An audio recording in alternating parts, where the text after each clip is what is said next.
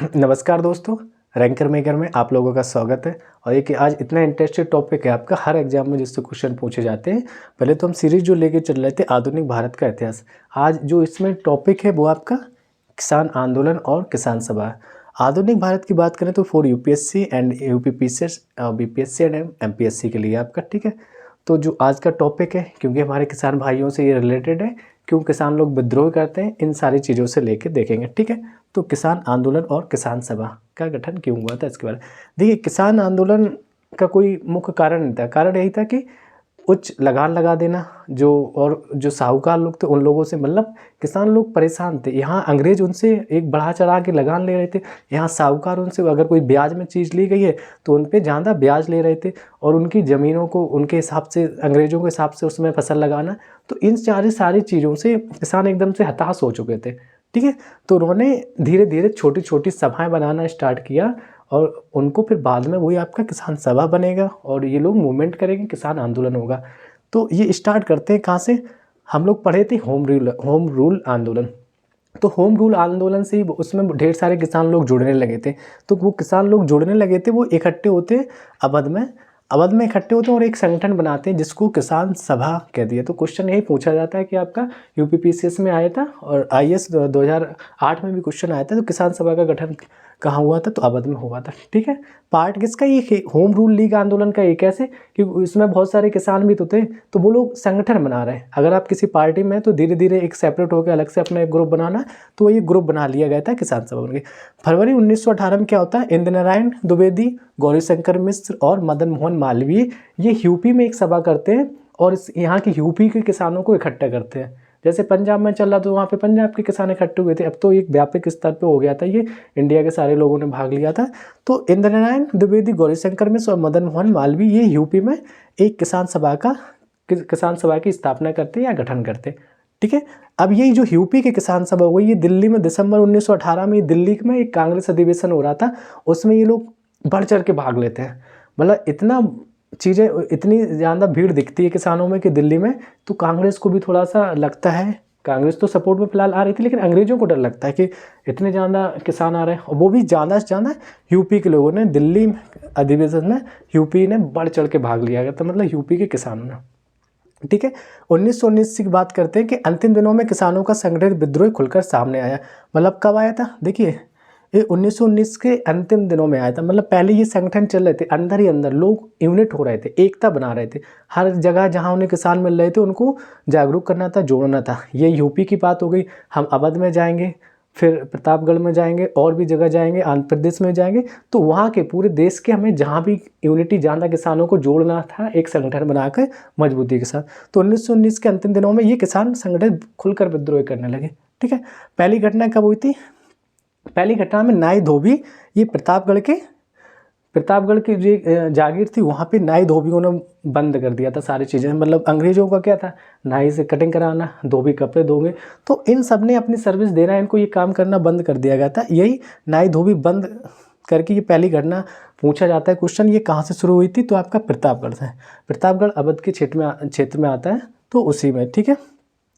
यहाँ से ये सामाजिक बहिष्कार हुआ, लोग जुड़ने लगे, किसान के साथ साथ आम लोग भी जुड़ने लगे, तो सामाजिक बहिष्कार होने लगा, और संगठित कार्रवाई की पहली ये घटना थी, ठीक है। भूमिका की बात करें यहाँ पे, जुंगरी सिंह और दुर्गपाल सिंह, इन्होंने बहुत महत्वपूर्ण भूमिका निभाई थी। कौन कौन थे, जुंगरी सिंह और दुर्गपाल सिंह। क्वेश्चन यहाँ से पूछा जाता है कि जो पहली घटना हुई थी उसमें महत्वपूर्ण भूमिका किसने निभाई थी, तो आपके जुंगरी सिंह थे और दुर्गपाल सिंह। नेक्स्ट बात करते हैं बाबा रामचंद्र, बहुत इंपॉर्टेंट है ये क्वेश्चन, आपका पूछा गया था पीसीएस 2008 में और 2010 में, ठीक है। कौन सा, ये बाबा रामचंद्र के बारे में। बाबा रामचंद्र का आंदोलन की ये बागडोर संभालते हैं, ये सारी जगह भ्रमण तो करते रहते, धीरे धीरे जहाँ फिर क्या करते हैं, किसान आंदोलन की बागडोर इनके हाथ में आ जाती है, और मजबूती से और जुझारू रूप से, जुझारू का मतलब उसमें लग के एकदम से अच्छा काम करते हैं ये थे कहाँ के, थोड़ा सा बाबा रामचंद्र के बारे में जान लेते हैं, क्योंकि जिन्होंने ज़्यादा भूमिका निभाई है उनके बारे में थोड़ा इंट्रोडक्शन जरूरी है। ये ब्राह्मण परिवार से थे और महाराष्ट्र से थे, ठीक है। और 1920 के मध्य में एक किसान नेता के रूप में उभरते हैं। 1920 में ये उभर के सामने आते हैं, कि 1919 तक हमने सारी चीज़ें देखी, तो 1920 में इनके हाथ में बागडोर आती है किसानों के, और उभर कर अच्छे एक नेता के रूप में आते हैं। अवध के किसानों को संगठित करना, ये कहाँ से स्टार्ट करते हैं, अवध के किसानों को पहले इकट्ठा करना स्टार्ट करते हैं, संगठित करना। और 1920 में प्रतापगढ़ जो अवध का एक किसान सभा थी, ठीक, यहाँ पे अवध में एक किसान सभा का गठन करते हैं। कहाँ पे? प्रतापगढ़ में 1920 में प्रतापगढ़ में अवध किसान सभा गठन करते हैं। अब बात करते हैं Sahajanand Saraswati. Very important question, ढेर सारे क्वेश्चन कोई भी एग्जाम लेंगे, आप बीपीएससी लेंगे, एमपीएससी लेंगे, यूपीएससी एनपीएससी, सारे क्वेश्चनों में ये पूछा गया। अब तो आप एसएससी का भी ले लेंगे तो सहजानंद के बारे में नॉर्मली इंट्रोडक्शन पूछ दिया जाता है। तो सहजानंद ये बिहार प्रांतीय किसान सभा के संस्थापक थे। इन्होंने बिहार में प्रांतीय किसान सभा स्थापना की। देखिए जो जिस क्षेत्र से वो वहाँ पे छोटे छोटे संगठन बनाने लगा किसानों के रूप में। इनकी जो डिमांड थी क्या थी? कृषि सुधार कार्यक्रम का वास्तविक लक्ष्य जो होना चाहिए, इनके जो लक्ष्य थे, जमींदारी प्रथा का उन्मूलन करना और कृषकों को मालिकाना अधिकार दिलाना। तो ये कहते थे कि जमींदारी जो प्रथा उसका उन्मूलन किया जाए और कृषकों को मालिकाना अधिकार भी दिया जाना चाहिए। और ये इन्हीं को किसान प्राण भी कहा जाता है। तो किसको? सहजानंद सरस्वती को किसान प्राण कहा जाता है। एसएससी में सीधा सा ये क्वेश्चन पूछा गया था, ये सीजीएल में, कि किसान प्राण किसे कहते हैं? तो सहजानंद सरस्वती को कहते हैं। ठीक है, ये था आपका वन लाइनर्स क्वेश्चन में, यही सीधा पूछ दिया गया था। तो ये था 1936 की बात करते हैं। लखनऊ में अखिल भारतीय किसान कांग्रेस की स्थापना होती है। किसकी? अखिल भारतीय किसान कांग्रेस की स्थापना कहाँ? लखनऊ में की जाती। बाद में इसी का नाम परिवर्तित कर दिया जाता है और इसको अखिल भारतीय किसान सभा कर दिया गया। कांग्रेस हटा दिया गया कि हर जगह कांग्रेस चल रहा है, कांग्रेस तो इन्होंने नहीं, ये किसानों का, ये किसानों को तक लिमिट रहने चाहिए। तो क्या करते हैं इसका? अखिल भारतीय किसान सभा नाम परिवर्तित कर दिया। केवल क्या हटाए? कांग्रेस हटाए, ये ध्यान देना आप लोग। अध्यक्ष कौन बनते हैं यहाँ पे? स्वामी सहजानंद। और महासचिव बनते एनजी रंगा। ये 1936 में जो लखनऊ का अधिवेशन हुआ था, जो अखिल भारतीय किसान कांग्रेस की स्थापना हुई थी, उसकी बात करें तो स्वामी सहजानंद आपके अध्यक्ष बनते हैं और महासचिव एनजी रंगा बनते हैं। नेक्स्ट देखते हैं आगे। देखिए अब छोटे छोटे इनके मतलब प्रयास थे, बाद में किसान आंदोलन बड़ा रूप में उभर के आता है। सीधी सी बात एक थी, जब भविष्य काम नहीं आता है, मतलब एक अगर मेहनत कर रहे हो, तुम्हारा जैसे क्या कहते हैं कि चीज़ें साथ नहीं दे रही हैं, उसको भाग कहते हैं। जब भाग साथ नहीं देता है तो क्या मेहनत साथ देती है। तो मेहनत करते रहना चाहिए। मान लीजिए किसी का जैसे भाग साथ नहीं दे रही है तो क्या है, तो उसको एकदम दृढ़ होकर एकदम मेहनत करनी चाहिए। किसी भी लाइन में करो, उससे लग के मेहनत करो तो सफलता मिलेगी। उसमें नहीं तो इसमें कहीं ना कहीं सफलता मिलती है। तो बात करते हैं फैजपुर में। फैजपुर में क्या होता है? कांग्रेस के साथ साथ अखिल भारतीय किसान कांग्रेस का भी दूसरा सत्र चलता है। मतलब फैजपुर में कांग्रेस का सत्र आया ही था और यहाँ पे हो गया था पहला 1936 में हमारा किसानों का जो एक सभा हो गई थी। अब यहाँ पे फैजपुर में दूसरा सत्र चलता है। यहाँ पे भी जो अखिल भारतीय किसान कांग्रेस की दूसरा सत्र था और यहाँ पे फैजपुर में कांग्रेस का भी सत्र चल रहा था। यहीं पे अध्यक्ष इनके बनाए जाते हैं एनजी रंगा। जो पहले महासचिव थे उनको अब यहाँ पे अध्यक्ष बना दिया जाता है। एका आंदोलन की बात करते हैं। अब क्या होता है? एका आंदोलन 1921 से 1922 तक, मतलब लगभग 2 साल चला था।